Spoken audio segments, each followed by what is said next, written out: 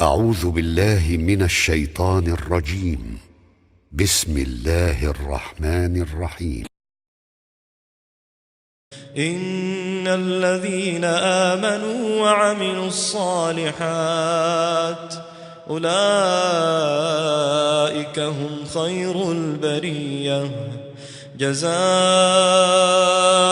عند ربهم جنات عدن تجري من تحتها الأنهار خالدين فيها أبدا رضي الله عنهم ورضوا عنه ذلك لمن خشي ربه.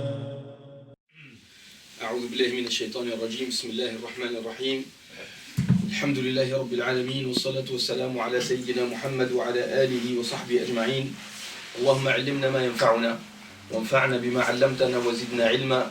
اللهم أرنا الحق حقا وارزقنا اتباعه وأرنا الباطل باطلا وارزقنا اجتنابه. Cette deuxième partie de l'intervention sur la vie dans l'au-delà, le décès, la fin de vie de l'être humain, le décès et puis la tombe, le jour du jugement dernier et ce qui va se passer dans toutes ces circonstances. On a commencé avant Ramadan par une intervention et on a décrit les derniers jours, on va dire la fin de vie, le cycle de fin de vie de l'être humain. Et comment se passe la fin de vie pour le croyant, la personne pieuse, la personne qui a respecté la législation d'Allah subhanahu wa ta'ala, les ordres d'Allah subhanahu wa ta'ala, il a respecté sa religion. Et malheureusement, la mauvaise fin de vie de la personne qui a été en désobéissance à Allah subhanahu wa ta'ala. Et on a dit que les dernières minutes de la vie de l'être humain résument son cheminement à travers toute sa vie. Allah subhanahu wa ta'ala choisit les fins de vie. Les fins de vie, on commence à rentrer dans l'au-delà. Et donc on commence à rentrer dans la vérité, la réalité des choses. Et donc les moments du décès, Allah subhanahu wa ta'ala, des fois de manière explicite, réelle, on les voit. Il y a des gens qui ont passé leur vie à adorer Allah subhanahu wa ta'ala sur le droit chemin. Ils étaient vraiment véridiques à un certain niveau très, très important. Et bien Allah subhanahu wa ta'ala, il leur donne un témoignage, un signalement d'une bonne fin de vie. Et vous connaissez tous des gens qui sont morts en étant dans la prière. Il y a ceux qui sont morts pendant Salat al-Tarawih. Il y a ceux qui sont morts fil hajj pendant le tawaf ou pendant le takbir, etc. Et malheureusement, ceux qui ont été très très loin d'Allah subhanahu wa ta'ala, Allah subhanahu wa ta'ala aussi, il leur fait malheureusement une mauvaise fin de vie. Il y a ceux qui sont morts en train de boire de l'alcool, en étant en séparation avec leurs parents. qu'Allah subhanahu wa ta'ala nous donne une bonne fin de vie. Allahumma rzuqna husn al-khatima. Allahumma amin. Aujourd'hui, on va rentrer un peu plus dans le vif du sujet. Je vous ai dit dès la dernière fois ce que le sujet est long. Et on a besoin de 4, 5, 6, 7 conférences pour englober le tout, mais on va essayer de résumer le maximum. On va essayer de vous donner la crème du sujet. Le prophète sallallahu alayhi wa sallam nous a donné un hadith pour décrire la mort du croyant et du non-croyant. On a passé la fin de vie, maintenant c'est le décès lui-même.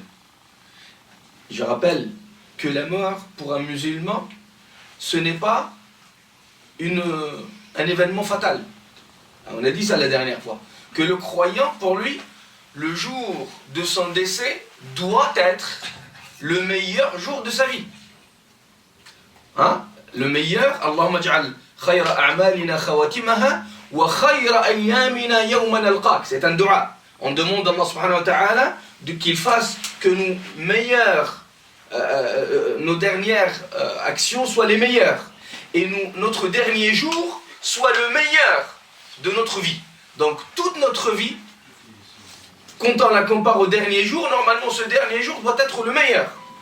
on n'en a pas peur de la mort. Le croyant, le musulman, la personne qui a la foi en Allah subhanahu wa ta'ala, en ses prophètes, en le jour du jugement dernier, qui respecte ça, dans tous les jours, dans sa vie de tous les jours, il n'a pas peur de la mort. Au contraire, et on a donné des exemples de compagnons et des gens pieux qui ont été vraiment heureux.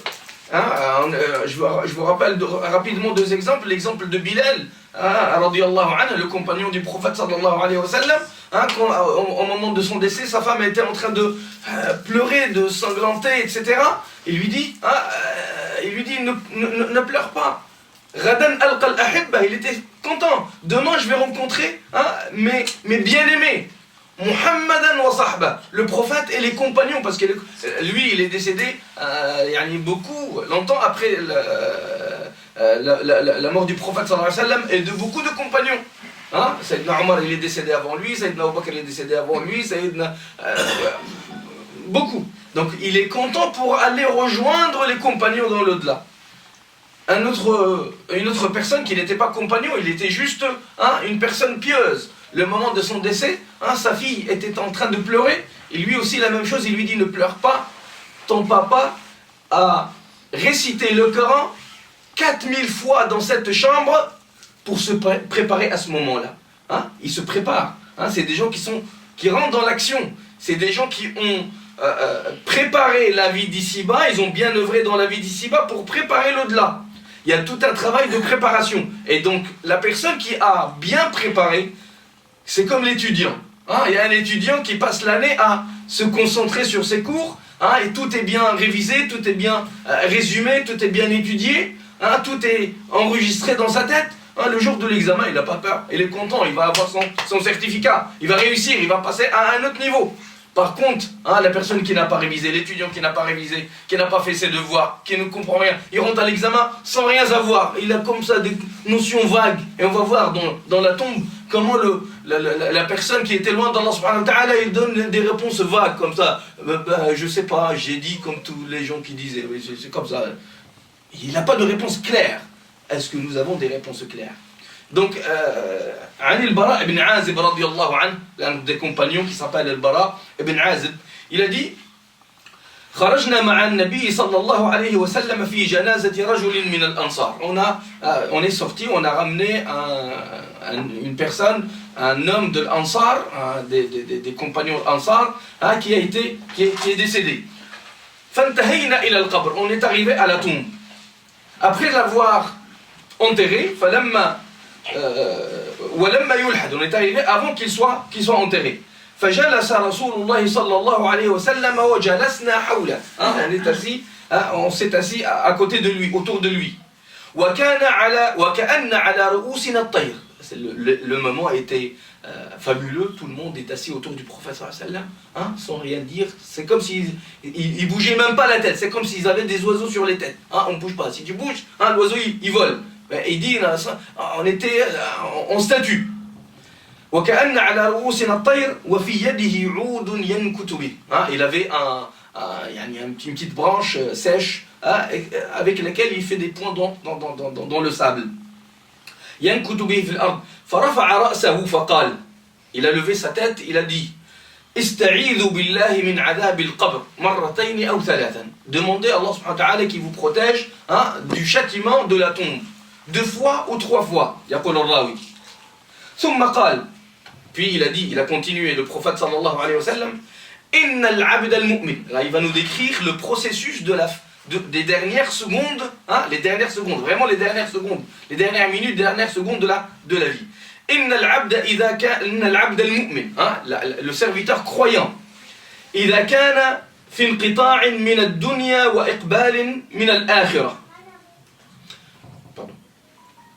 Le croyant, le musulman, le croyant, quand il rentre dans le processus de fin de vie, ça y est, sa vie, c'est la période de transition, sa vie d'ici-bas, sa vie, elle finit et il va rentrer dans l'au-delà. Donc, في انقطاع من الدنيا وإقبال على الآخرة نزلت عليه ملائكة من السماء بيض الوجوه. Il y a des anges.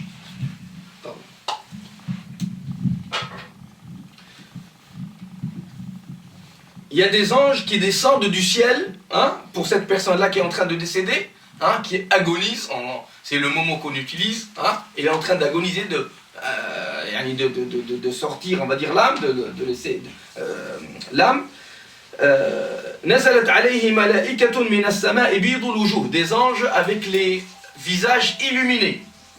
كأن وجوههم الشمس, leur visage comme le soleil. معهم كفن من أكفان الجنة, ils ont un linceul, hein, accompagné, ils ont ramené avec eux un linceul, hein, des linceuls du paradis. وحنوط من حنوط الجنة, le hanout c'est le parfum qu'on met à la personne décédée. Hein, c'est du parfum avec lequel on parfume la personne, hein, qui décède. Le misk et tout ça. Donc eux, ils vont ramener du parfum du paradis, parce qu'il est croyant. Hein, l'abd al-mu'min, on a dit.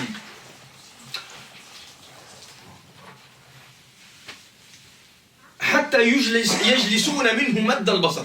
Imaginez la personne, elle est à l'hôpital, elle est chez elle, allongée sur le lit. Hein, فيجلسون منه مد البصر. Ils vont s'asseoir loin, hein, à l'horizon. Ils vont s'asseoir à l'horizon. ثم يجيء ملك الموت. L'ange de la mort, il s'approche de cette personne-là. يجلس عند رأسه. Il s'assoit, hein, derrière sa tête. فيقول أيتها النفس الطيبة. Ô toi, l'âme bénie. أيتها النفس الطيبة. اخرجي إلى مغفرة من الله ورضوان. Sors pour une pitié, une miséricorde d'Allah subhanahu wa ta'ala et une satisfaction d'Allah subhanahu wa ta'ala.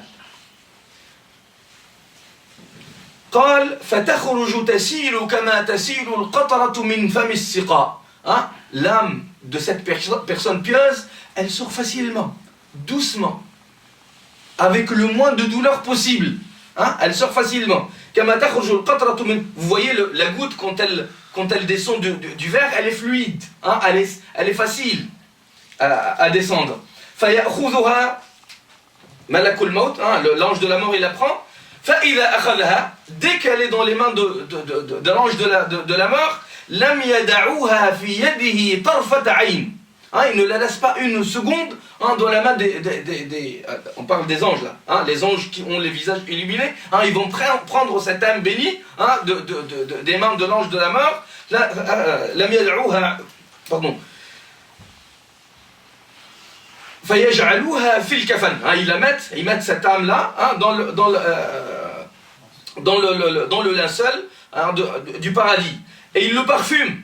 ويضعوها في ذلك الحنوط. ويخرج منها كأطيب نفحة مسك وجدت على وجه الأرض. Elle est parfumée, hein, comme le meilleur parfum qui a existé sur terre. قال فيصعدون بها. Ils prennent l'âme de cette personne pieuse. فيصعدون بها فلا يمرون يعني بها على ملأ من الملائكة إلا قالوا ما هذا الريح الطيب. À chaque fois qu'ils vont traverser, passer de ciel en ciel, hein, ils vont trouver des groupes d'anges. Et les anges, ils vont sentir cette âme parfumée, ils vont dire, hein, cette âme parfumée appartient à qui? فيقولون إنها روح فلان ابن فلان بأحسن أسمائه في الدنيا. Ils vont dire, c'est l'âme, hein, de telle personne, fils de telle personne. Riyad bin Yusuf, Ali bin Muhammad. بأحسن أسمائه في الدنيا, avec les meilleurs, avec ses meilleurs prénoms, ou ses meilleurs noms dans la vie d'ici-bas. حتى ينتهوا بها إلى السماء الدنيا فيستفتحون فيفتح لهم. Ils vont atteindre, hein, le sommet, hein, la fin du premier ciel. Ils vont passer au deuxième. Donc, فيستفتحون, ils demandent la permission de monter, de passer au deuxième ciel. فيستفتحون له فيفتح لهم. On va voir tout à l'heure que la personne qui n'est pas pieuse, quand ils vont demander l'accès pour passer au deuxième ciel, hein, ça va être interdit, ça va, hein, être bloqué, hein, il ne va pas pouvoir passer. فيستفتحون له فيفتح لهم فيشيعه من كل سماء مقربوها إلى السماء التي تليها. Hein, vous voyez, nous, quand on ramène la personne décédée à sa tombe, on le suit. Hein, il y a 3 ou 4 personnes qui prennent le cercueil, et il y a tout le reste des gens qui vont suivre le janaza. Et bien, de ciel en ciel, la personne, elle vient de décéder, elle est encore sur son lit, on l'a pas, les êtres humains l'ont pas encore ramené à sa tombe, mais son âme a commencé son ascension. Hein, et là, du ciel, entre les deux ciels, à chaque fois les meilleurs, on va dire, muqarrabuha, les anges les plus proches d'Allah subhanahu wa ta'ala, ils vont suivre l'âme de cette personne-là vers le deuxième ciel. فيشيعه من كل سماء مقربوها إلى السماء التي تليها vers le ciel qui est d'après حتى ينتهى به إلى السماء السابعة jusqu'au septième ciel. فيقول الله عز وجل, c'est Allah qui va parler. Allah il dit اكتبوا كتاب عبدي في عليين وأعيدوه إلى الأرض. Inscrivez le nom de mon serviteur dans le livre de Illiyin, في سورة المطففين مذكورة في عليين. ثم أعيدوه إلى الأرض. Cette âme-là, inscrivez le nom ici, mais l'âme, elle doit revenir sur terre. يقول فإني منها خلقتهم وفيها أعيدهم ومنها أخرجهم. Ramener cette âme dans la vie, sur terre, parce que je leur ai promis qu'ils vont passer l'existence là-bas le jour du jugement dernier et seront ressuscités de terre. Après, je vais les réunir pour le hisab, pour le jugement. فإني منها خلقتهم وفيها أعيدهم ومنها أخرجهم تارة أخرى قال فتعاد روحه في جسده. L'âme revient dans le corps. Entre-temps, les êtres humains ont ramené le cadavre au cimetière. Les êtres humains, ça se passe entre le moment de tout ce qu'on vient de voir, il se passe entre le moment du décès et le moment de mettre la personne décédée dans sa tombe. Dans sa tombe, ça y est, admettons qu'on l'a mis la personne dans sa tombe, يقول النبي صلى الله عليه وسلم فتعاد روحه في جسده. Dès que on a fini de l'enterrer, Allah subhanahu wa ta'ala demande aux anges de remettre l'âme dans le corps. فيأتيه ملكان. Il y a deux anges qui vont venir à cette personne dans la tombe. فيأتيه ملكان فيجلسانه. Ils vont le mettre assis. فيقولان له. Et là on est rentré dans le monde de l'ghaïb. الذين يؤمنون بالغيب. Comment ça se passe? À la tombe elle est trop étroite, on ne sait pas comment ça se passe. Mais on croit à ça. Les croyants, ils croient que d'une certaine manière ça va se passer. On ne sait pas comment, mais on croit. في سورة في البقرة la première grande sourate, la deuxième sourate de المصحف الذين يؤمنون بالغيب ويقيمون الصلاة ومما رزقناهم ينفقون. Tout ce qu'on va pas dire, réciter ici, on ne le connaît pas par A plus B. C'est pas l'intelligence humaine qui nous a révélé ça. Ça c'est de la révélation. Ça c'est le hadith du prophète sallallahu alayhi wa sallam. والذي لا ينطق عن الهوى إن هو إلا وحي يوحى. Le prophète sallam ne nous donne pas ne nous raconte pas des histoires fausses. Il nous raconte de khabar as-sama, l'information qui a été révélée par Allah subhanahu wa ta'ala. إذن فيأتيه ملكان فيجلسانه. Maintenant il est vivant. Nous on croit qu'il est mort, dans notre jargon de la vie d'ici-bas il est décédé, mais en vérité Allah subhanahu wa ta'ala va rendre l'âme, remettre l'âme dans le corps. فيجلسانه فيقولان له. Ça c'est le premier petit examen, l'examen de la tombe. Ça c'est l'examen, هذا الامتحان امتحان القبر. فيجلسانه فيقولان له. Ils vont lui poser des questions, un questionnaire, et il va répondre pas avec son intelligence. Il y a des gens qui disent bon c'est pas grave, des questions toutes simples, je vais trouver la réponse, c'est facile. Mais non. C'est comme la fin de vie, c'est Allah qui décide. On ne maîtrise pas comment on va mourir. C'est Allah qui décide. Exactement aussi la réponse qu'on va donner, elle va refléter notre vie. Comme notre mort, le moment de la mort a reflété notre vie, si on était pieux, on va avoir une fin heureuse. Si on a été malheureusement méchant, désobéissant, malheureusement ça sera catastrophique. En ce moment-là aussi, on va répéter, on va répondre avec ce que demande Allah subhanahu, avec ce que nous destine Allah subhanahu wa ta'ala. فيجلسانه فيقولان له من ربك. Regardez la réponse, ils vont lui poser la première question. Qui est ton Dieu? Tu as adoré qui? فيقول ربي الله. Mon Dieu c'est Allah subhanahu wa ta'ala. La première question. فيقولان ما دينك? Quelle est ta religion? فيقول دين الإسلام. Ma religion c'est l'islam, la soumission à Allah subhanahu wa ta'ala. فيقولان له, troisième question, ما هذا الرجل الذي بعث فيكم? Qu'est-ce que tu dis de la personne qui vous a été envoyée? فيقول هو رسول الله صلى الله عليه وسلم. C'est le prophète, c'est le messager d'Allah subhanahu wa ta'ala, prière et paix sur lui. فيقولان وما علمك? Qu'est-ce que tu connais, qu'est-ce que tu as eu comme science dans cette vie d'ici-bas? فيقول قرأت كتاب الله. J'ai récité, j'ai lu le livre saint d'Allah subhanahu wa ta'ala. فآمنت به وصدقت. J'ai cru en cette révélation d'Allah subhanahu wa ta'ala. Le questionnaire est fini. La réponse, فينادي مناد من السماء أن صدق عبدي. Ils entendent ces anges-là, ils vont entendre une réponse qui vient du ciel, que mon serviteur a dit la vérité, mon serviteur est véridique. فَافْرِشُوا لَهُ فِرَاشًا مِنَ الْجَنَّةِ. فَافْرِشُوا لَهُ مِنَ الْجَنَّةِ. Remplissez ou mettez, embellissez sa tombe par une partie du paradis. فَافْرِشُوهُ مِنَ الْجَنَّةِ وَأَلْبِسُوهُ مِنَ الْجَنَّةِ. Donnez-lui des vêtements du paradis. وَافْتَحُوا لَهُ بَابًا إِلَى الْجَنَّةِ. Ouvrez-lui une porte qui donne sur le paradis. قال فيأتيه من روحها وريحانها وطيبها. Il ressent le parfum du paradis, l'air, la fraîcheur du paradis. ويفسح له في قبره مد البصر. Sa tombe qu'on voit nous exiguë, 1 mètre sur 50 cm ou quelque chose, 2 mètres sur 50 cm ou quelque chose comme ça, eh ben Allah subhanahu wa ta'ala il demande aux anges d'élargir la tombe du croyant jusqu'à l'horizon. C'est comme s'il est tranquille au paradis. Pardon. C'est comme s'il était au paradis. C'est jusqu'à l'horizon.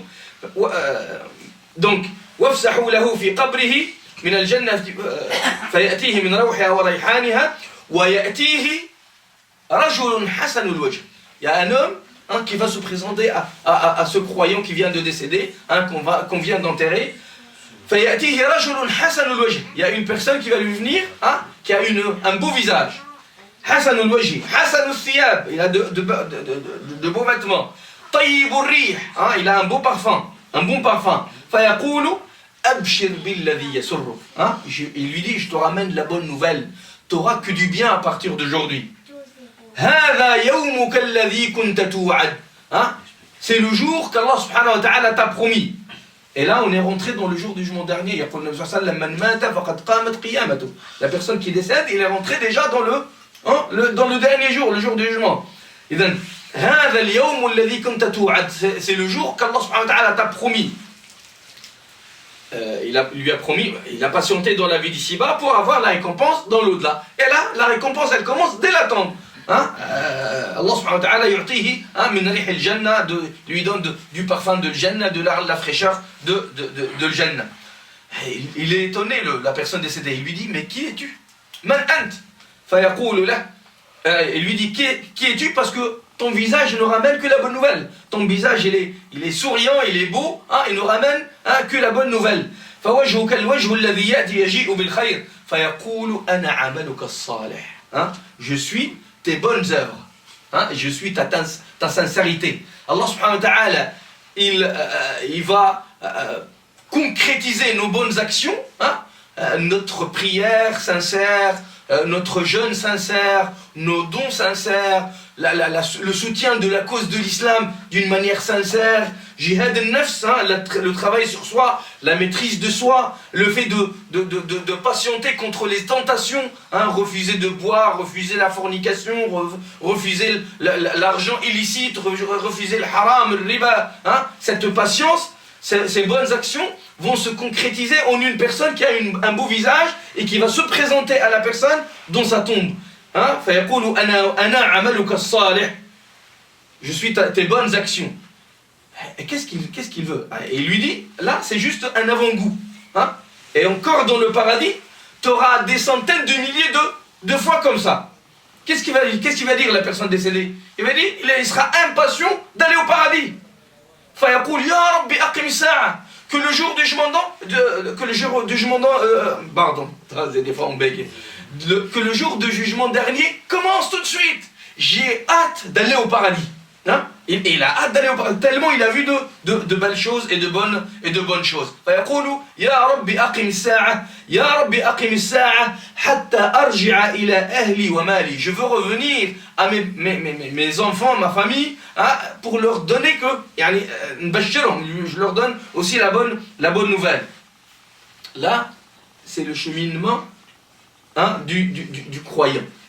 Son âme sort facilement, hein, des anges souriants avec des visages lumineux, une tombe qui contient une partie du paradis, elle ouvre. Imaginez, aujourd'hui, hein, les maisons sur la Seine, elles coûtent combien? Hein, elles sont plus chères, elles ont une grande valeur. Imaginez cette personne dans sa tombe, elle ouvre sur le paradis. Hein, ala al-jannah. L'autre version, qui est un peu, hein, déprimante, hein, un peu plus sombre, hein, beaucoup plus sombre que ça. يقول النبي صلى الله عليه وسلم وإن العبد الكافر, la personne qui n'a pas cru en Allah subhanahu wa ta'ala, la personne qui a désobéi à Allah subhanahu wa ta'ala, la personne qui a refusé, hein, la guidée d'Allah subhanahu wa ta'ala ou la guidance d'Allah subhanahu wa ta'ala. إذا كان في انقطاع من الدنيا, hein, la personne qui est désobéissante, le moment de son décès, ça y est, elle va mourir. Il y a des anges qui vont descendre de la même manière, mais ils n'auront le visage pas illuminé. Ils vont avoir le visage noir. Hein? Ils vont avoir les visages noirs. وَمَعَهُمْ مُسُوحٌ, hein? Un linceul de l'enfer. Hein? Ramené de... فَيَجْلِسُونَ مِنْهُ مَدَّ الْبَصَرِ. Ils vont s'asseoir comme l'autre à l'horizon. ثُمَّ يَجِيءُ مَلَكُ الْمَوْتِ, l'ange de la mort. Il va s'asseoir, فَيَجْلِسُ عِنْدَ رَأْسِهِ, il s'assoit derrière sa tête.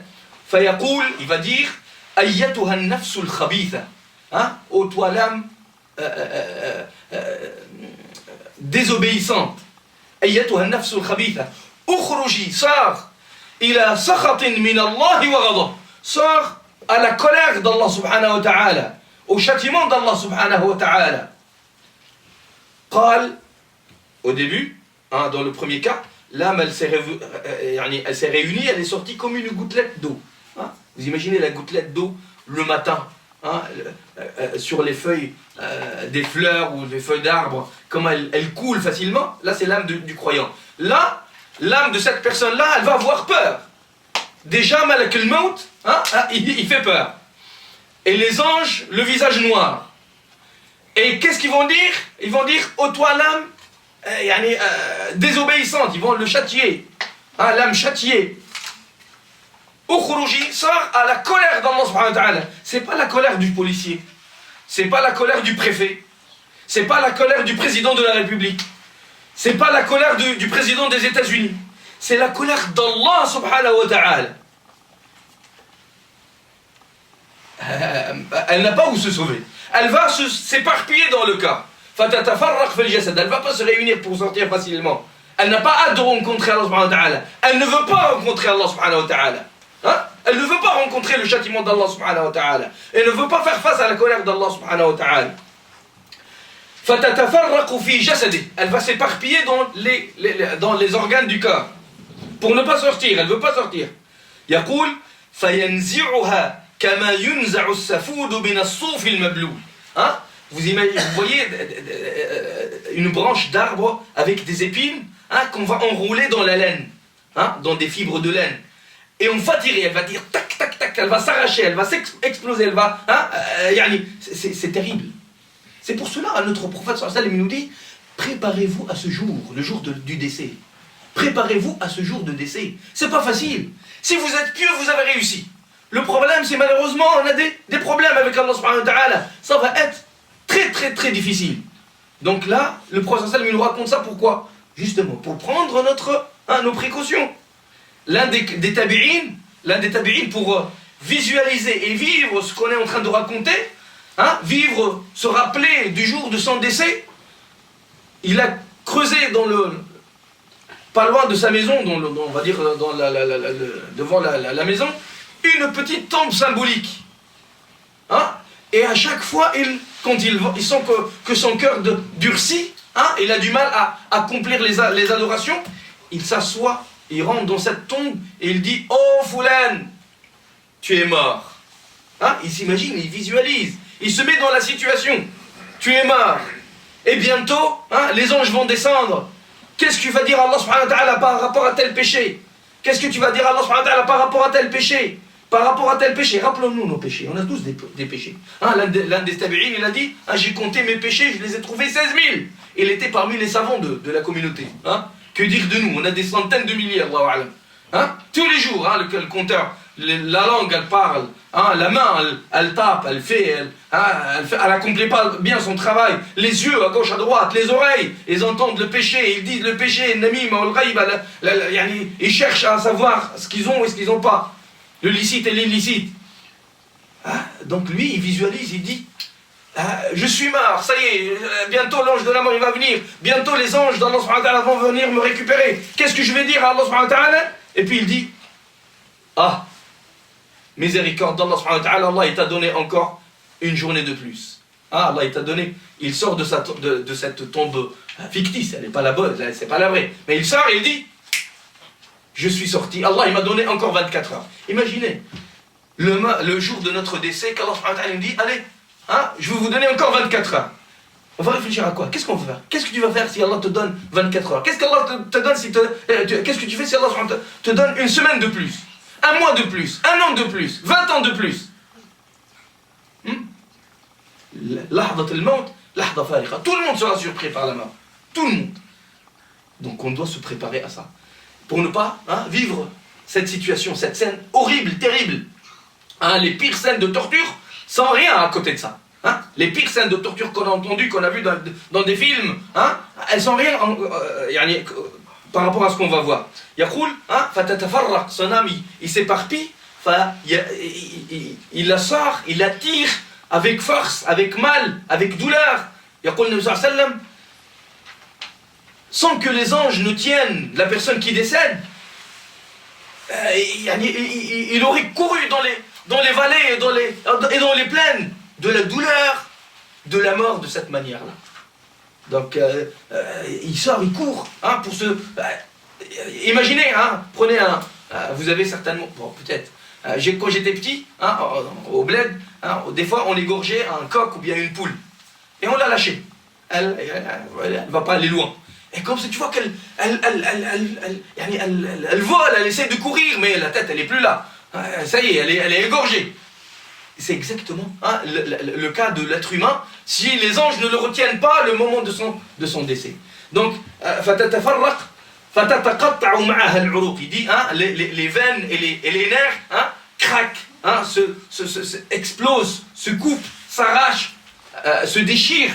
Avec cette action du fait de sortir l'âme de la personne désobéissante. Dès qu'il sort l'âme, cette âme maudite malheureusement, nafs al-khabitha, j'ai cherché le mot tout à l'heure, je n'ai pas trouvé, la première âme, la première âme, c'est une âme bénie. La deuxième, c'est une âme maudite. Les anges au visage noir, ils ne vont pas la délaisser une seconde dans les mains de l'ange de la mort. Ils vont directement la prendre, ils vont la mettre dans le linceul de l'enfer.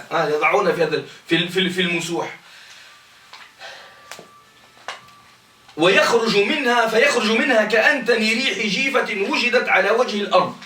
Ça sera, ça va puer une odeur comme la pire des cadavres sur cette terre. Ça va être une âme puante. فيصعدون بها فلا يمرون بها على ملأ من الملائكة إلا قالوا من هذا الروح الخبيث. Ils vont prendre l'âme et ils vont aller au premier ciel pour passer au deuxième. Et à chaque fois qu'ils passent par des anges, ils vont dire c'est quelle âme, c'est l'âme de qui? Cette âme puante, cette âme maudite. Fayaqouloun, c'est l'âme de telle personne avec le pire des noms, des attributs qu'il a eu dans la vie d'ici-bas. بأقبح أسمائه في الدنيا Ils demandent de passer au deuxième ciel. Les anges demandent de passer au deuxième ciel. Allah subhanahu wa ta'ala n'autorise pas les anges d'ouvrir les portes du ciel pour qu'ils puissent accéder au deuxième ciel. Allah subhanahu wa ta'ala, le prophète il a récité le verset coranique, La tufattahu lahum abwabus sama. Allah subhanahu wa ta'ala ne leur ouvre pas les portes du ciel. La tufattahu lahum abwabus sama wa la yadkhuluna al-jannah. Ils ne rentreront pas au paradis. Comme le premier ciel n'a pas été ouvert, n'ont pas eu accès au deuxième, aussi les portes du paradis sont aussi fermées. وَلَا يَدْخُلُونَ الْجَنَّةَ حَتَّى يَلِجَ الْجَمَلُ فِي سَمِّ الْخِيَاطِ. Ils ne rentreront pas au paradis jusqu'à ce que tu prends... vous voyez les grandes cordes avec lesquelles on attache les bateaux, comme ça. Est-ce qu'on peut rentrer une corde comme ça dans le trou d'une aiguille? Non, ça rentre pas. Et bien Allah subhanahu wa ta'ala dit, ils ne rentreront jamais jusqu'à ce que la grande corde rentre dans le petit trou là. Ça va jamais rentrer, donc eux, ils vont jamais avoir accès au paradis. وَلَا يَدْخُلُونَ الْجَنَّةَ حَتَّى يَلِجَ الْجَمَلُ فِي سَمِّ الْخِيَاطِ وَيَقُولُ اللَّهُ تَعَالَى اكتبوا كتاب عبدي في السجين. Écrivez le prénom de ce serviteur, de cette âme maudite, dans le registre des désobéissants. فَتُطْرَحُ رُوحُهُ طَرْحًا. On jette son âme. ثم قرأ النبي صلى الله عليه وسلم قوله تعالى ومن يشرك بالله فكأنما خر من السماء فتخطفه الطير أو تهوي به الريح في مكان سحيق. La personne désobéissante à Allah subhanahu wa ta'ala, qui associe à Allah subhanahu wa ta'ala, qui ne croit pas en Allah subhanahu wa ta'ala, c'est comme si on l'a jeté du ciel. Vous imaginez une personne qui tombe, regardez les avions qui tombent là, à 10 000 km, ils sont à 10 000 pieds ou à 10 000 mètres. Une personne jetée, il tombe, il revient dans sa tombe, l'âme elle revient dans le corps aussi de la même manière, elle va revenir dans le corps. فَتُعَادُ رُوحُهُ فِي جَسَدِهِ وَيَأْتِيهِ مَلَكَانِ. Ça c'est le temps entre sa mort, comme j'ai dit, et le fait de l'enterrer. وَيَأْتِيهِ مَلَكَانِ فَيُجْلِسَانِ. Il y a les deux anges, Munkar wa Nakir. On appelait ça Munkar wa Nakir, les deux anges du questionnement dans la tombe. فَيَقُولَانِ لَهُ مَنْ رَبُّكَ. Ils vont lui poser la question, c'est le même petit. Le premier petit examen. فَيَقُولَنِ مَنْ رَبُّكَ. Quel est ton Dieu? فَيَقُولُ je ne sais pas. Dans la vie d'ici-bas, il a entendu peut-être parler de l'islam, il a entendu parler de le Coran, il a vu les vérités devant lui, il a désobéi. Il a refusé de croire. Imaginez Abu Lahab, ou imaginez l'un des grands mécréants de l'époque du prophète sallam. Il a vu le prophète, il a entendu le Coran, mais il n'a pas cru. Pardon. Et il n'a pas cru en. Et là, du coup, il ne va pas trouver la réponse. Mais Rabbo qui dit, je ne sais pas, c'est qui mon Seigneur. Madino, quelle est ta religion? La même chose, la même réponse. Je ne sais pas, il a peur, il a peur. Les mêmes questions, c'est le même examen pour tous, pour tout le monde. C'est les mêmes questions. Qu'est-ce que tu dis dans le messager qui vous a été envoyé? La même chose. Je ne sais pas. C'est un menteur. Il a vu la vérité. Il a vu la réalité. Mais il n'a pas voulu croire. Et donc, il sera jugé, il sera puni par Allah subhanahu wa ta'ala. فَفْرِشُوا لَهُ فِي قَبْرِهِ مِنَ النَّارِ. Remplissez sa tombe d'une partie de l'enfer. Prenez une partie de l'enfer et remplissez sa tombe d'une partie de l'enfer. وَافْتَحُوا لَهُ بَابًا عَلَى النَّارِ. Ouvrez-lui une porte sur l'enfer. فَيَأْتِيهِ مِنْ حَرِّهَا وَسَمُومِهَا. Il va recevoir de sa chaleur. وَيُضَيَّقُ عَلَيْهِ قَبْرُهُ حَتَّى تَخْتَلِفَ أَضْلَاعُهُ. Le premier, le croyant, on lui a élargi sa tombe. Le deuxième, Allah subhanahu wa ta'ala demande aux anges de rétrécir, rendre sa tombe étroite, tellement elle est étroite que ses côtes vont se mêler les unes dans les unes dans les autres. Elles vont s'entremêler les unes dans les autres. حتى تختلف أضلاعه ويأتيه رجل خبيث. Un homme, je sais que c'est déprimant, ça fait peur, mais bon, voilà, il faut savoir. Hein, la personne qui est intelligente, hein, il va prendre ses précautions, hein, et et ne pas tomber dans cette situation. Il y a un homme qui a un mauvais visage, le visage noir, qui va se présenter à lui, et il a de mauvais vêtements, il a une mauvaise odeur. Il lui dit, attends, ce qui vient, c'est pire encore. T'as rien vu, lui. Hein? Sayyidina Othman ibn Affan, le troisième calife, hein? Il récitait le Coran, il endurait des épreuves, et il se tient. Mais à chaque fois qu'il va au cimetière, ou qu'il voit une tombe, il n'arrive plus à se tenir, il tombe en larmes. On lui a posé la question, pourquoi, oh, toi, hein, le compagnon du prophète, hein, tu entends parler du paradis et de l'enfer, et tu pleures pas, mais dès que tu vois une tombe, tu tombes en larmes. Il a dit, la tombe, c'est le premier endroit, c'est le premier pas, c'est la première partie, la première phase de l'au-delà. Si il est bon, si on a réussi dans la tombe, tout ce qui va venir, c'est du bien. Mais par contre, si la tombe sera, si notre passage à la tombe sera négatif, hein, on sera puni dans la tombe, ce qui va venir, c'est encore pire. Exactement, c'est la même chose que vient dire, hein, cet homme qui va se présenter à cette personne désobéissante. Il va lui dire, hein, prépare-toi au pire après ça. Hein, le fait que tes côtes, hein, vont s'entremêler, le fait de voir l'enfer, d'avoir la chaleur de l'enfer, qu'on t'ouvre une porte sur l'enfer, c'est rien du tout. Le jour du jugement dernier encore sera encore pire. Yaqul, c'est le jour qu'on t'a promis, qu'Allah subhanahu wa ta'ala t'a promis. Allah il nous a promis, hein, aux pieux, hein, et les désobéissants, hein, il leur a dit, attendez la mort et vous allez voir. Ben, c'est la mort, et il est en train de voir ce qu'il est en train d'endurer. Qui es-tu? Hein, ton visage tellement il est noir, il est crade, il nous ramène que les mauvaises nouvelles. Hein, je suis tes mauvaises actions, je suis ton mensonge, je suis ton regard illicite, je suis, hein, l'argent que tu as pris sans droit, je suis la médisance que tu as fait derrière le dos de ton frère, je suis, hein, ton infidélité, ton ingratitude envers Allah subhanahu wa ta'ala.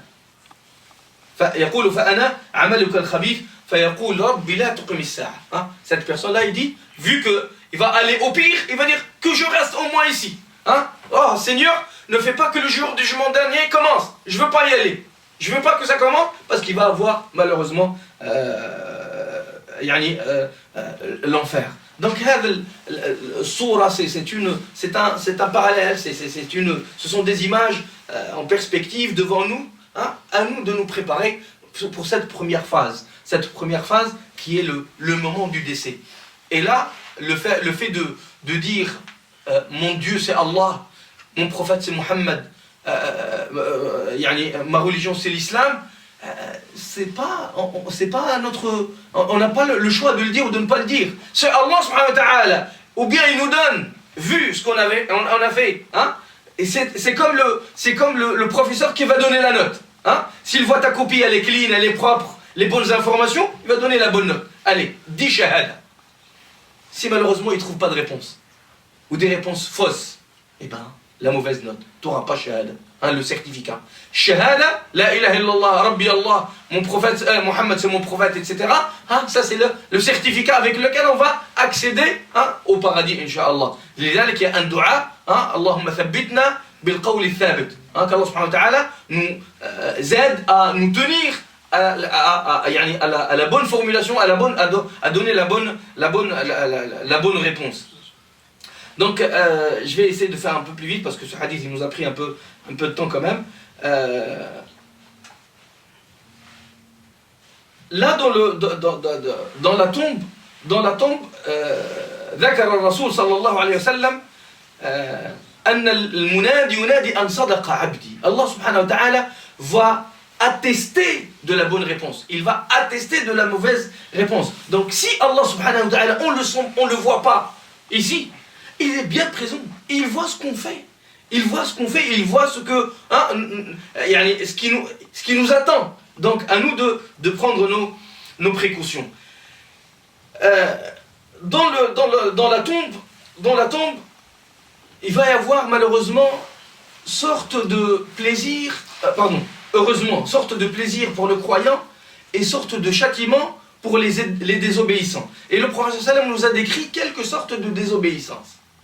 Il nous a dit par exemple, la personne qui fait la médisance, ou la personne qui parle, qui ment, dans sa tombe jusqu'au jour du jugement dernier, il va avoir des anges qui vont lui écarter les joues jusqu'au derrière. Et dès que ça finit, ils ont étiré le premier, ils vont passer au deuxième. Ils vont l'étirer avec des pinces. C'est des scènes de torture, pure et dure.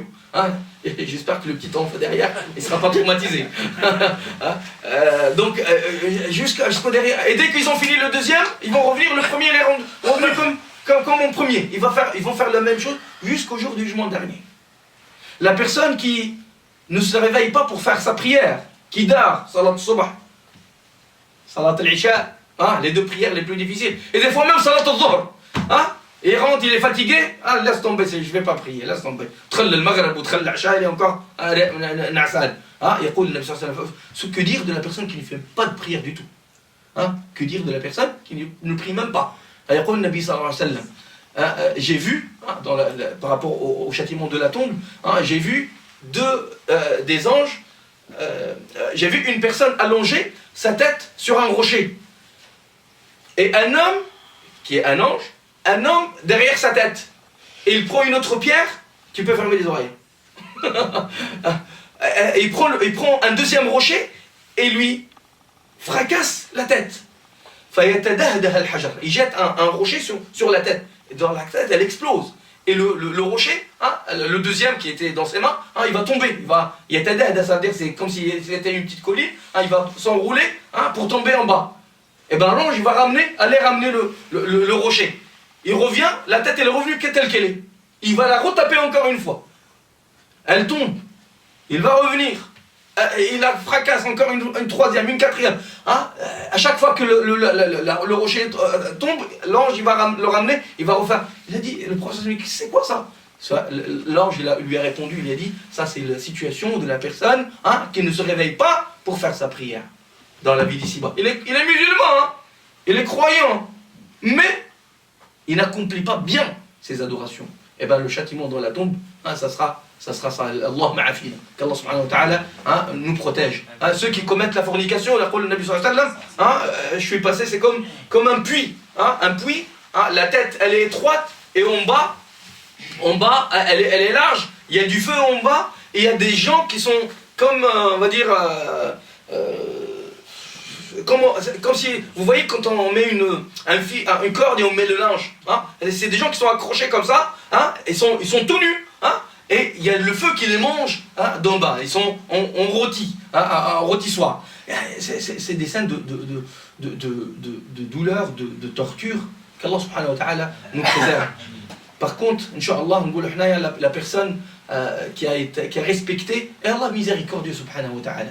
Si on a un repenti sincère, Allah subhanahu wa ta'ala efface tous les péchés.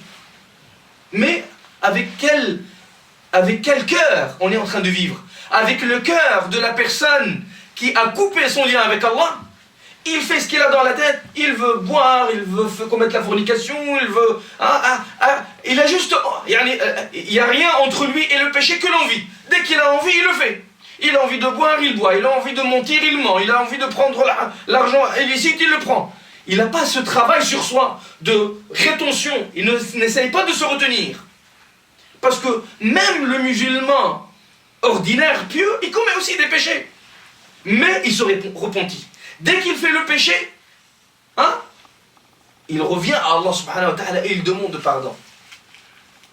Donc, c'est la différence entre les deux. Il y en a un qui commet les péchés sans revenir vers Allah subhanahu wa ta'ala, sans chercher. Juste, il est musulman parce que son papa et maman sont musulmans. C'est pas sérieux sa relation avec... Elle n'est pas sérieuse sa relation avec Allah subhanahu wa ta'ala. Par contre, l'autre, il commet des péchés. Parce que c'est un être humain. Mais il ne tombe pas déjà dans les gros péchés. Pas d'alcool, pas de fornication, pas de médisance, etc. Et les petits péchés, Allah subhanahu wa ta'ala va les effacer. Et même, les savants ils disent, même s'il est parvenu un jour, par défaut, par ignorance, par un moment de faiblesse, il a commis une fois un grand péché, s'il revient sincèrement, d'une manière sincère et définitive, il ne revient plus au péché, Allah efface même le kabira. Même le gros péché, Allah subhanahu wa ta'ala, il l'efface. Si on revient sincèrement, Allah subhanahu wa ta'ala. Et on ne tombe pas dans cette situation. Donc on peut se sauver. On peut nous sauver, même si on a, depuis 20 ans, on vit dans le péché. Depuis 20 ans, on vit dans le mensonge, dans l'alcool, dans la fornication. Alors, dès que tu reviens sincèrement, Allah il t'efface. Mais fais vite, parce que tu ne sais pas quand est-ce qu'Allah subhanahu wa ta'ala va prendre l'âme et tu seras malheureusement surpris. Après cette période transitoire, qui s'appelle, en langue arabe, s'appelle al-barzakh, al-hayat al-barzakhiyya, la vie dans la tombe, la vie entre la vie d'ici-bas et l'au-delà. Il y a une période transitoire, qui est la période de la tombe. Et même les gens qui n'ont pas été enterrés, ils ont été noyés dans la mer, ils vont vivre la même chose. On ne sait pas comment, mais ils vont le vivre. Allah subhanahu wa ta'ala va juger chacun selon ce qu'il a vécu, ce qu'il a fait. Après, on ne sait pas combien de millions, de milliers d'heures du jugement dernier, de période transitoire, Allah subhanahu wa ta'ala décide que le jour du jugement dernier parvienne. Ça y est, on va commencer le véritable jour du jugement dernier. Al-hayat al-dunya, elle finit avec la mort. Dès qu'on est mort, on passe à la période transitoire qui est la période de barzakh, qui fait partie du jour du jugement dernier, sauf que le jugement il n'a pas encore commencé. Pour commencer le jugement, tout va arrêter. Allah subhanahu wa ta'ala va prendre les âmes de toutes les créatures, même les anges, même l'ange de la mort, il sera mort. Et d'ailleurs, une anecdote, l'ange de la mort, le moment Allah subhanahu wa ta'ala lui demande de prendre les âmes des êtres humains, il a fini, des animaux, il a fini, des anges. L'ange de la mort, il va même prendre les âmes des anges, tous les anges, même de Jibril, de Israfil, tout ça. Et il reste le dernier, Allah est l'ange de la mort. Et il lui dit, prends-toi ta âme. Et c'est difficile. Il va endurer ce qu'il va endurer. C'est ce que rapportent les hadiths. Donc tout le monde est mort. Allah subhanahu wa ta'ala il dit, limanil mulkul yawm. Il n'y a plus aucune créature vivante. Il n'y a plus de terre, il n'y a plus de ciel, il n'y a plus rien du tout. Il n'y a que Allah. Il dit, à qui appartient le trône? À qui appartient limanil mulkul yawm? La vie, la richesse, l'argent, tout appartient à qui? À Allah subhanahu wa ta'ala. Lillahi al-wahid al-qahhar subhanahu wa ta'ala. Et puis, il ressuscite l'ange Israfil et lui demande qu'il souffle dans le j'ai oublié comment ça s'appelle. En tout cas, je vous ai donné le schéma la dernière fois, je vous ai dit que As-Sour c'est comme c'est pas une flûte, c'est un bourg. Une trompette, Allah ibarak fik. C'est une grosse trompette. Jusqu'à aujourd'hui, dans les traditions juives, ils ont une personne, ils prennent une corne d'un mouton ou bien d'un veau, et ils la trouvent elle est trouée de nature, et ils soufflent là-dedans. C'est comme ça, exactement. C'est une trompette de cette manière-là. فينفخ في الصور والله سبحانه وتعالى يقول ونفخ في الصور فصعق من في السماوات ومن في الأرض إلا من شاء الله ثم نفخ فيه أخرى فإذا هم قيام ينظرون. Il y a une première fois où l'ange il va souffler dans la trompette, tout le monde, tous les êtres humains, toutes les créatures vivantes seront mortes, tout le monde meurt, tout disparaît, et puis à la deuxième reprise, Allah subhanahu wa ta'ala va ressusciter le même ange, il va lui demander de ressouffler une deuxième fois pour revivifier toutes les créatures. Ils se réveillent, ils ouvrent les yeux, ils ne savent pas ce qui se passe. يقول الله سبحانه وتعالى ونفخ في الصور فإذا هم من الأجداث إلى ربهم ينسلون. Allah subhanahu wa ta'ala a demandé à l'ange de siffler dans la trompette. Bientôt le temps. On a encore combien de temps? Allez-y. Donc ثم نفخ فيه pardon. ثم ونفخ في الصور فإذا هم من الأجداث. الأجداث c'est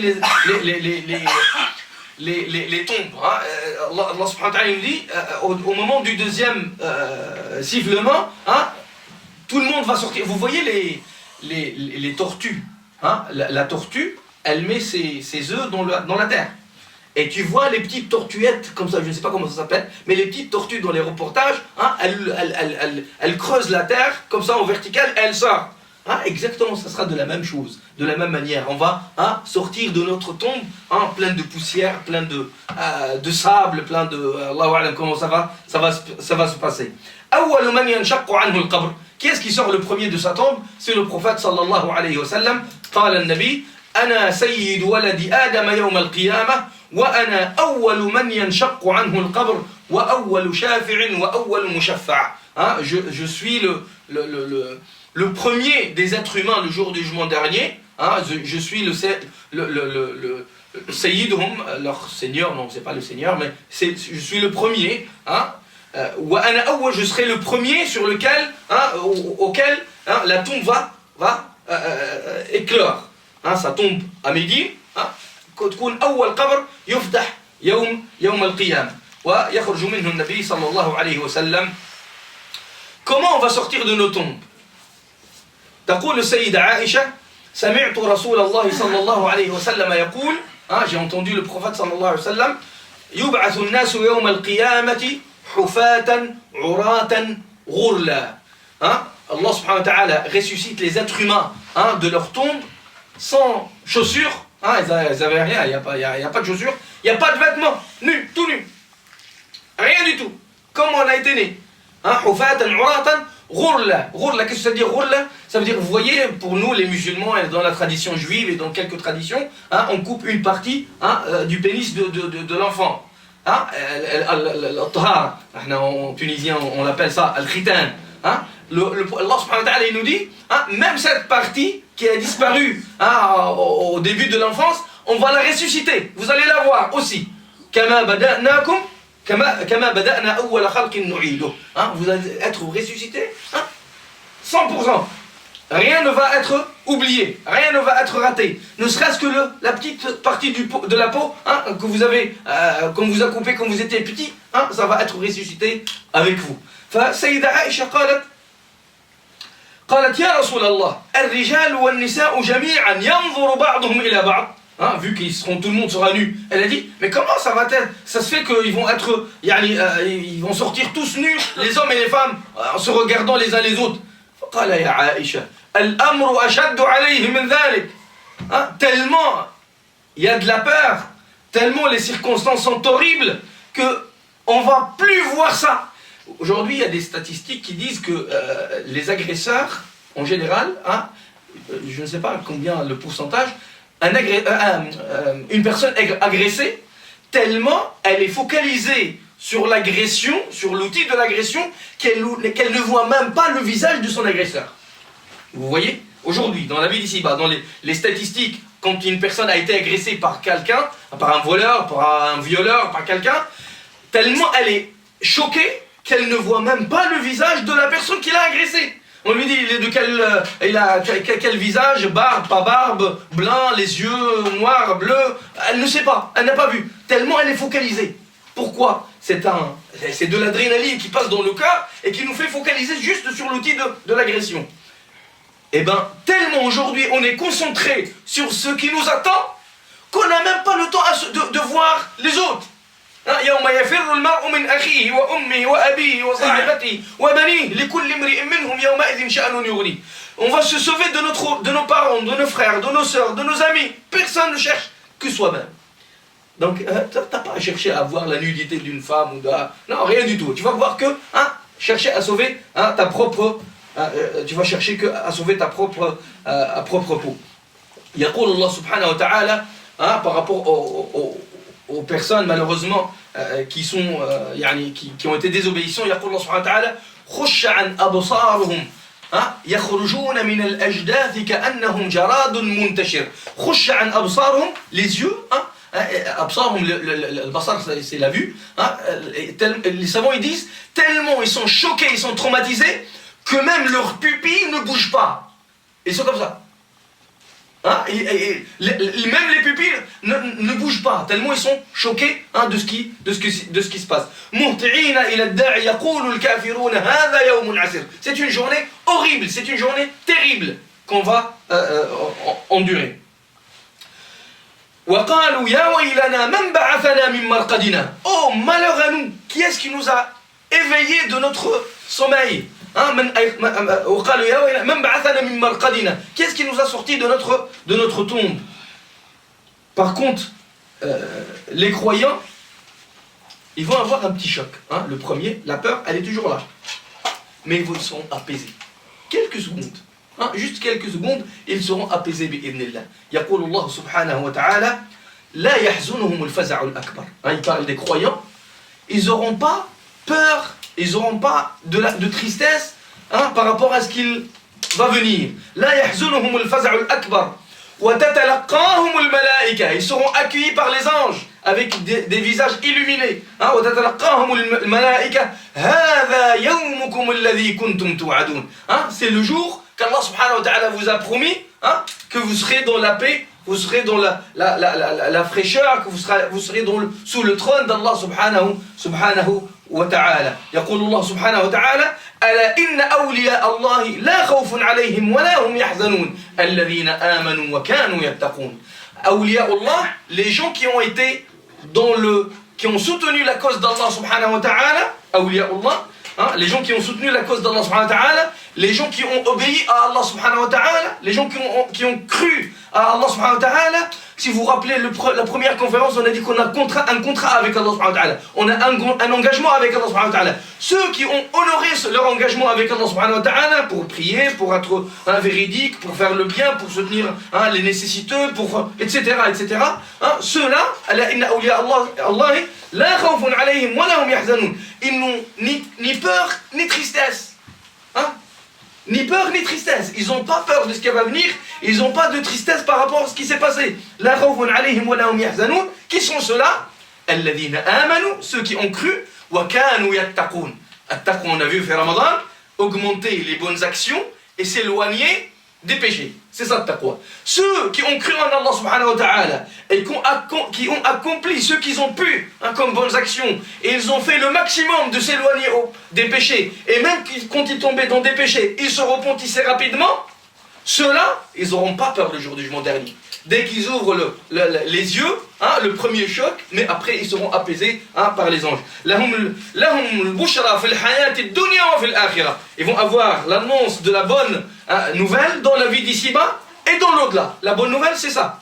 Allah subhanahu wa ta'ala nous a dit, ne craignez rien, vous êtes gagnants, vous aurez la paix et le paradis. Et le jour du jugement dernier,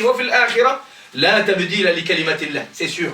Ça ne change pas. Allah subhanahu wa ta'ala ne change pas de parole. C'est son engagement. Si on honore notre engagement, Allah il honorera son engagement avec nous. C'est la réussite suprême.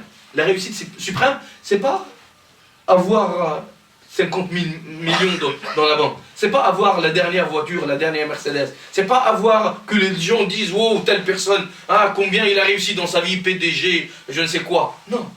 La réussite, c'est quand tu réussis vraiment l'au-delà. Et dans l'au-delà, pour réussir dans l'au-delà, tu dois réussir dans la vie d'ici-bas aussi. Tu dois réussir, tu vois. Si tu peux avoir de l'argent, tu as de l'argent. Sinon, tu seras, on va dire, égoïste. C'est un autre sujet, on va pas rentrer dedans. Ma'alish, donc, Allah subhanahu wa ta'ala, il nous dit, donc, les croyants n'auront pas peur le jour du jugement dernier. Et le prophète sallallahu alayhi wa sallam, il nous dit, ce jour du jugement dernier, il est long de 50 000 ans. 50 000 sana. Dans la peur, khawf, et dans la crainte, et dans le jour, ils ont faim, ils ont peur. Et le Nabi sallallahu alayhi wa sallam, ce jour de 50 000 ans de peur passe pour le croyant comme une prière qu'on fait dans la vie d'ici-bas. Une petite prière comme ça de rak'at, salat subh, salat dhuhr, 5-10 minutes et ça passe. C'est rapide. Mais pour les désobéissants, ça va être long. Ça va être long. Parmi les signes du jour du jugement dernier, ce qui va se passer dans le jour du jugement dernier, comme قال النبي صلى الله عليه وسلم تدنو الشمس من الرؤوس. Le ciel, le soleil, il se rapproche des têtes. قدر ميل. Vous voyez, aujourd'hui, le soleil est loin de nous 93 millions de miles. Le mille, c'est le mile. C'est 1 km 600 ou 1 km 700 à peu près. En kilomètres, c'est 152 millions de kilomètres. Il est loin. 152 millions. 93 millions de miles. Le jour du jugement dernier, ça sera un seul. 1 mille. Sur la tête. Il y a des savants qui disaient, parce que le mille, dans la langue arabe, c'est le mille pour la distance sur terre. Et le mille aussi, vous voyez les femmes, quand elles veulent mettre du kohl dans les yeux, il y a un petit bâtonnet comme ça. Dans la langue arabe, ça aussi on l'appelle mille. Donc le compagnon il a dit, je ne sais pas est-ce que le prophète veut dire le petit mille ou bien celui de 1 km 700. Mais quoique, il n'y a pas une grande différence. Entre 93 millions et 1, c'est déjà, ça fait trop mal. Donc le soleil sur يقول عن المقداد تدنو الشمس يوم القيامة من الخلق حتى تكون كمقدار ميل. فيكون الناس على قدر أعمالهم في العرق, dans la sueur. Les gens, ils vont avoir de la sueur. Ils ne mourront pas. Ils ne vont pas être grillés, brûlés, non. Ils subissent la chaleur, mais ils ne meurent pas. Vous imaginez l'horreur, vous imaginez, rapproche ton doigt d'un briquet, on a lu, ou d'une bougie. Ça fait super mal. Que dire du soleil, c'est horrible. Je crois à l'intérieur du soleil, c'est 6... J'ai oublié, c'est combien? C'est 6000 degrés Celsius, je crois. C'est horrible. Ou 6 millions peut-être, je ne sais pas. J'ai pas l'information. Donc ils ont la sueur, il y a quoi le Nabi sallallahu alayhi wa sallam, c'est que les pécheurs. Les croyants, alhamdoulilah, ils sont sauvés sous le trône d'Allah subhanahu wa ta'ala, dans la fraîcheur, dans la paix, avec le prophète et les compagnons. Qu'Allah subhanahu wa ta'ala fasse que nous soyons avec eux. Allahumma amin. Les autres, les pécheurs, ils vont avoir de la sueur. Chacun au niveau de ses péchés. La personne qui a fait un peu de péché, ça sera la sueur, c'est jusqu'aux chevilles. L'autre qui a plus de péché, jusqu'aux genoux. L'autre, il a hiqoué, jusqu'au bassin. L'autre, il a katifay, il a turqouat, jusqu'au turqouat. Le Nabi sallallahu alayhi wa sallam, il a fait comme ça. C'est lui, le rapport de hadith, il dit wa ashara ila fami. يقول ومنهم من يلجمه العرق. 50 000 ans, il nage dans la sueur. Il n'arrive pas à respirer, il arrive à peine à respirer. Vous voyez quand vous êtes dans la mer et vous rentrez un peu plus, quand vous étiez petit, vous n'arrivez pas encore bien à nager, et vous avez l'eau jusqu'ici. Vous respirez avec une paille, comme on dit. Qu'Allah nous protège. La sueur, les gemmes, c'est le truc en métal qu'on met dans la bouche du cheval. Vous voyez le cheval pour le diriger à gauche et à droite, pour courir on lui met un truc de ferraille dans la bouche pour le maîtriser. Et ça s'appelle le lijam. Je ne sais pas comment ça s'appelle en français. En tout cas, l'ijam, donc la sueur, elle atteint la bouche et bientôt le nez. Donc vous imaginez là la situation. 50 000 ans, ils vont marcher vers une terre, vers le terrain du jugement. Vers la terre, là on va être jugé. L'espace, le terrain, là on va être jugé. Ils marchent comment? يقول الله سبحانه وتعالى par rapport à ces gens désobéissants à Allah subhanahu wa ta'ala, يقول الذين يحشرون على وجوههم. Ils marchent sur leur visage. يحشرون على وجوههم إلى جهنم أولئك شر مكانا وأضل سبيلا.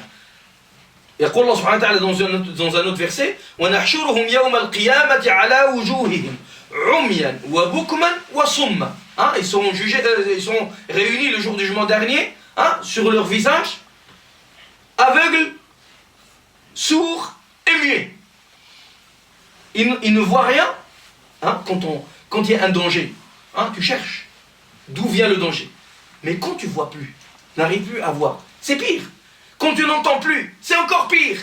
Quand tu n'arrives pas à exprimer ta peur, c'est encore pire. Ils sont enterrés, ils sont emprisonnés à l'intérieur de leur corps. Ils ne voient rien, ils ne entendent rien, ils ne peuvent rien dire. Et ils marchent en plus sur le visage. C'est terrible, non? Donc, وَنَحْشُرُهُمْ يَوْمَ الْقِيَامَةِ عَلَى وُجُوهِهِمْ عُمْيًا, aveugle, bukman, muet, summan, sourd, ma'wahum jahannam, ils se dirigent vers l'enfer. كُلَّمَا خَبَتْ زِدْنَاهُمْ سَعِيرًا, ils seront rendus vers Jahannam. L'un des compagnons s'est intrigué au prophète, lui a dit, comment ils vont marcher sur le visage? C'est absurde, on ne peut pas marcher sur le visage. Eh ben, le prophète lui a dit, celui qui l'a fait marcher sur les pieds, il peut le faire marcher sur le visage. Millimètre par millimètre, mais Allah subhanahu wa ta'ala est capable de le faire. Il y a ceux qui disent que c'est les anges qui les tirent sur le visage. C'est horrible. Donc, je crois que je vous ai fait assez peur. Je vous ai fait un peu flipper. Cela, on le dit pour prendre conscience de ce qui va se passer. Pour nous éveiller, pour nous réveiller. Et là, on n'a pas encore parlé des grandes phases du jour du jugement dernier. Donc, on a encore, bi'idhnillah, une continuation par rapport à ça.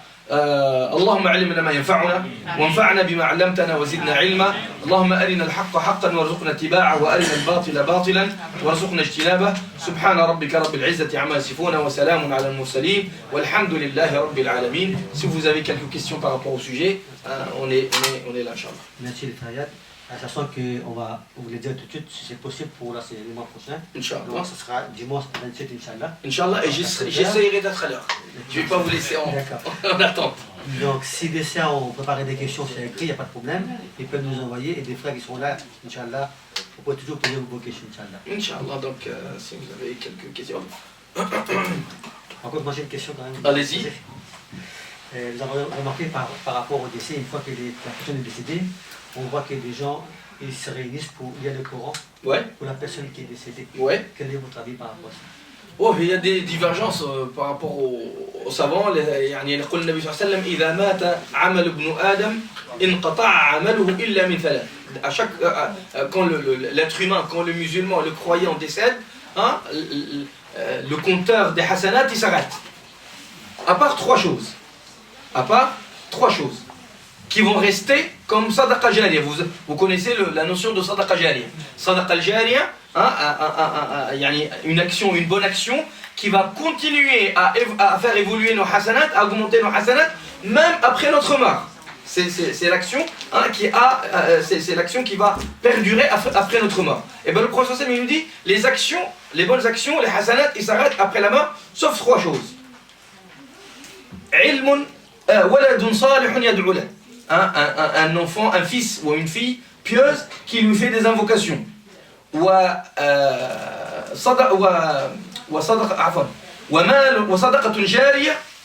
a construit une mosquée, il a creusé un puits, il a construit une école, il a participé au financement d'une école, etc. Tant que la mosquée elle est là, tant que l'école elle est là, tant que les gens boivent du puits, lui il va toujours avoir des hasanat. Une science qu'il a enseignée aux autres, et tant que les gens vont prendre cette science en héritage, vont se procurer cette science, il va avoir ses hasanat. Et tant que les gens font des actions grâce à la science qu'il a donnée, les a incités à faire le bien, ils font le bien, à faire la prière, ils font la prière, etc. Tant qu'ils continuent à faire le bien qu'il a incité, il va avoir toujours des hasanat. Donc par rapport au fait de lire le Coran, par rapport au fait de lire le Coran pour l'âme de la personne, les savants, il y a des divergences entre eux. Franchement, tout de suite, je ne saurais pas vous donner une réponse tranchée, vu que ça rentre pas c'est pas lui qui leur a demandé. Sauf si c'est lui qui leur a demandé peut-être de lire le Coran. Allahu a'lam. Ça fait partie de ses actions qu'il a demandé de faire. Mais il y a une divergence. Les gens ils peuvent le lire, ils peuvent le faire, ils peuvent ne pas le faire. Je ne crois pas que ça va avoir un grand impact. Ça ne sera pas un péché. Certainement, ça ne sera pas un péché. Ça sera pas un péché. Et il y a les gens qui parlent de l'bid'a. Le bid'a, ça a un grand sens. Inch'Allah, si on aura le temps d'expliciter ça.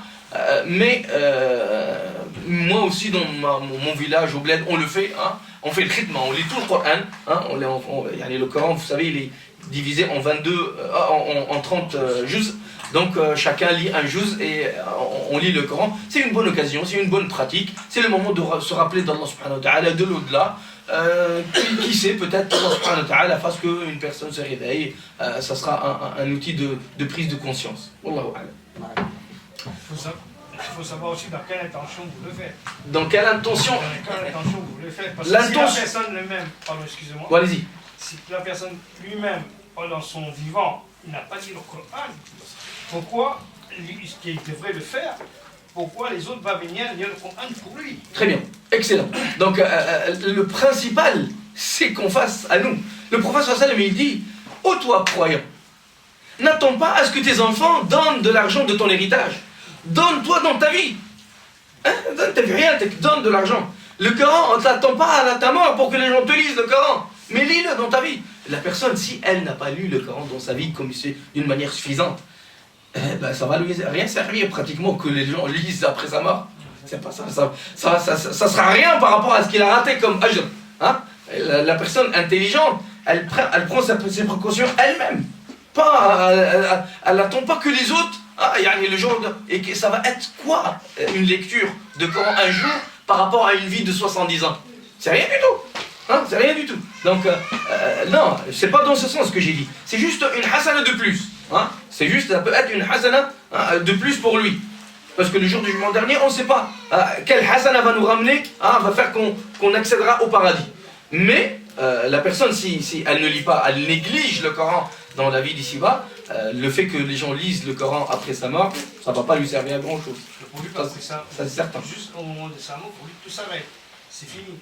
Donc, les trois. Sauf les trois, voilà, exactement. Après le reste, on peut lire 10 000 fois le Coran devant lui, mais lui, il n'aura rien. Non, c'est pas devant lui, c'est pas la même qu'il soit devant lui. Non, que ça soit devant lui ou derrière lui, ça sera la même chose. Ok. Allah le plus grave, c'est remarquer. Remarque, il y a la personne qui ne fait pas la prière le matin, il n'a jamais attrapé le Coran. Ouais, non, mais. Là, il est venu, tac, avec du bonnet. Là, voilà. C'est plus grave encore. Donc, il faut. Allah subhanahu wa ta'ala, on ne va pas l'arnaquer. Hein. On ne va pas l'arnaquer, Allah. Il connaît tout. Donc, il faut être sincère, il faut être sérieux. C'est ça que quand je dis il faut être sérieux avec Allah subhanahu wa ta'ala, c'est qu'il faut faire les choses dans les règles de l'art. Hein, faire toi-même d'une manière sérieuse, avec de la compréhension, un minimum de compréhension au moins. Tu fais l'effort de comprendre, c'est même pas...